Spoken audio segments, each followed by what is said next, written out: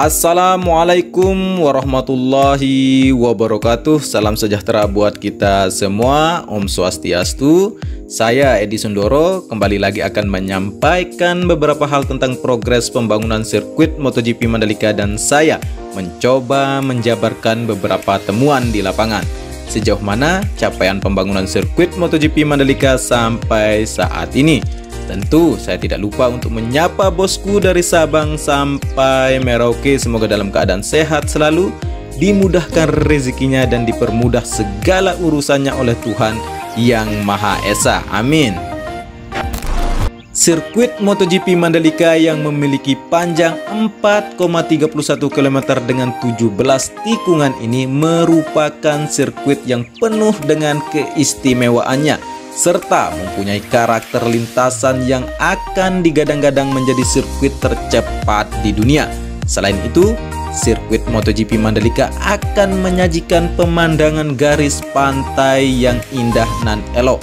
Oleh sebab itu, Dorna pun mengakui bahwa sirkuit Mandalika ini akan menjadi sirkuit yang terindah di dunia, sekaligus sirkuit jalanan yang pertama di dunia yang dibuat dan didesain sebagai sirkuit jalanan yang persis kelengkapan seperti run-off serta servis route-nya ada seperti sirkuit konvensional pada umumnya. Namun karena konsep Mandalika International Street Circuit ini didesain sebagai sport tourism atau wisata olahraga oleh pemerintah Indonesia, dengan itu fungsi sirkuit MotoGP Mandalika ini nantinya juga sebagai jalan yang diperuntukkan untuk mobilisasi wisatawan yang berkunjung di kawasan Kek Mandalika ketika tidak ada event MotoGP maupun event-event olahraga nasional lainnya yang akan berlangsung di sirkuit MotoGP Mandalika ini. Dengan keistimewaan sirkuit MotoGP Mandalika yang dibangun di depan pantai adalah salah satu alasan mengapa sirkuit ini dibuat dengan konsep sirkuit jalanan, supaya tidak hanya menyajikan balapan kuda besi MotoGP, namun penonton juga akan dimanjakan dengan keindahan alam pantai Kuta Lombok dan sepanjang garis pantai dari mulai ujung barat yaitu pantai Silong Belanak sampai ke timur yaitu pantai Gunung Tuna yang indah. Ketika selesai event MotoGP, para wisatawan bisa memanjakan diri di pantai-pantai tersebut. Oleh sebab itu, sirkuit MotoGP Mandalika ini adalah magnet utama atau strategi pemerintah yang jitu untuk meningkatkan jumlah kunjungan pariwisata yang ada di Lombok khususnya dan menjabatani destinasi pariwisata di daerah timur Indonesia yaitu Pulau Sumbawa dan Nusa Tenggara Timur. Sirkuit MotoGP Mandalika ini bosku juga sangat unik karena tribun utamanya yang ceritanya dari Vinci akan mengadopsi sistem bongkar pasang atau elektrik, dan kedua, tribun terbukanya akan ditempatkan di dua bukit yang mempunyai kapasitas sekitar 30.000 penonton dan tribun utamanya mempunyai kapasitas 70.000 penonton. Keistimewaan lainnya dari sirkuit MotoGP Mandalika ini yaitu memiliki dua terowongan atau tunnel yang menjadi akses masuk penonton atau wisatawan yang akan mengunjungi area tengah sirkuit, sehingga ketika ada event berlangsung, aktivitas hilir mudik wisatawan atau penonton MotoGP nantinya tidak akan mengganggu aktivitas pegelaran balapan MotoGP yang sedang berlangsung. Istimewaan selanjutnya yaitu memiliki hotel dan resort yang megah dan mewah di area tengah sirkuit ini. Tentu menjadi pokok utama pembahasan di video ini bahwa keistimewaan juga sirkuit MotoGP Mandalika memiliki kemampuan lintasannya atau aspalnya menyerap air selama 30 detik saja. Spektakuler bosku. Mengapa demikian? Ada standar khusus terkait pengaspalan dan mengapa dikerjakan dengan begitu detail dan rigid, dikarenakan harus benar-benar lintasan sirkuit MotoGP Mandalika ini berstandar internasional. Dari segi kemiringan dan ratanya aspal akan mempengaruhi ketika air hujan turun, tidak akan ada genangan air yang menyebabkan lintasan sirkuit ini akan mengganggu acara balapan ketika terjadi hujan sehingga hujan sekalipun acara balapan pun bisa digelar. Ini sebuah tantangan besar bagi pemenang tender atau kontraktor yang mengerjakan sirkuit MotoGP Mandalika seperti PT Waskita, PT Wijaya Karya, PT PPP, dan BRL untuk mengerjakan proyek ini dengan sangat serius dan profesional karena lintasan sirkuit ini bukan seperti lintasan jalan raya atau jalan tol pada umumnya. Keistimewaan lintasan sirkuit MotoGP Mandalika ini mampu menyerap air selama 30 detik, jenis aspal yang berbeda yang akan digunakan serta kualitas aspal kelas super. Selain kerataan lintasan yang diaspal serta kemiringan lintasan sangat diperhatikan dalam pembangunan sirkuit MotoGP Mandalika ini.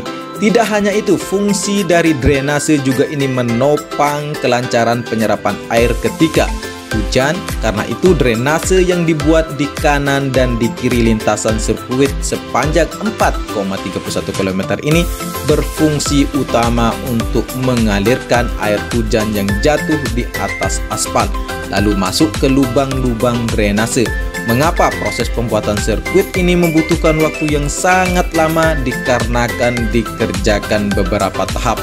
Seperti video sebelumnya yang saya bahas dan bisa ditonton bosku, tahapan pembangunannya di link di atas ini. Pembangunan sirkuit MotoGP Mandalika sudah mencapai 50% pengerjaannya secara keseluruhan. Kita bisa lihat di video kali ini bahwa sudah mencapai 70% pengerjaan pengerasan agregat tanahnya. Pembuatan service route-nya dan run-off-nya sudah sebagian besar sudah hampir finish pengerjaannya. Walaupun di beberapa titik di lintasan ke-9 sudah pengerasan tingkat kedua, lapisan tanahnya tikungan ke-12 hampir finish, tikungan 13 jambatan belum tersambung, tikungan 15 sampai 16 masih tahap penimbunan, dan yang ke-17 terus dalam proses pengecoran beton dalam tanah, dan tikungan kedua, 3 dan 4 masih belum dikerjakan bosku. Perlu saya informasikan kepada bosku yang belum tahu bahwa pengerjaan proyek sirkuit MotoGP Mandalika ini akan selesai di bulan Juni 2021 dan capaian sementara bahwa di dekat tikungan ke-6 sudah mulai uji coba pengaspalan dan akan dilanjutkan bertahap sehingga target Januari 2021 semua lintasan sirkuit MotoGP Mandalika ini sudah tersambung semua tikungan dan teraspal tuntas. Untuk sementara ini, saya menyimpulkan bahwa progres pembangunan sirkuit MotoGP Mandalika hari demi hari terus memperlihatkan kemajuan yang positif. Walaupun tidak sedikit bosku yang berkomentar yang pesimis akan tuntasnya sirkuit MotoGP Mandalika ini. Ada yang menyampaikan bahwa lagi beberapa bulan lagi bosku, tahun 2021 katanya. Ada juga yang bilang alat beratnya kurang banyak, pengerjaannya lamban, dan seterusnya. Semua itu berkali-kali kita bahas, namun komentar itu saja yang muncul. Ya nggak apa-apa bosku, mungkin karena nggak sabar kali ya. Hahaha.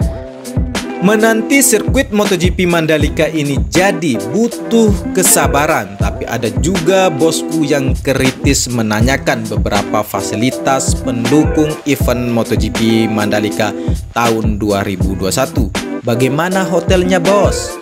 Bypassnya, rumah sakit, bandaranya, Gili Mas untuk kapal pesiarnya, dan lain-lain sudah dikerjakan belum katanya.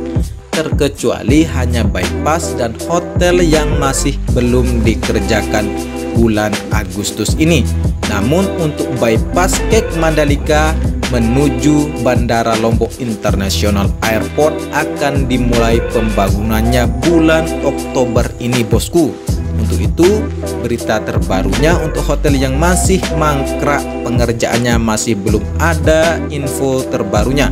Masih berpatokan pada info sebelumnya bahwa akan segera dikerjakan seperti Hotel Harper dan Fullman di bulan ini. Namun sampai sekarang masih belum ada tanda-tanda mulai dikerjakan.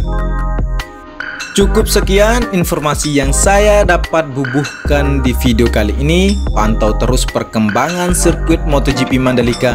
Mari kita kawal dan viralkan bosku pembangunan sirkuit Mandalika ini supaya masyarakat Indonesia tahu bahwa ada pembangunan mega proyek nasional di Lombok, supaya kita awasi bersama pembangunannya juga.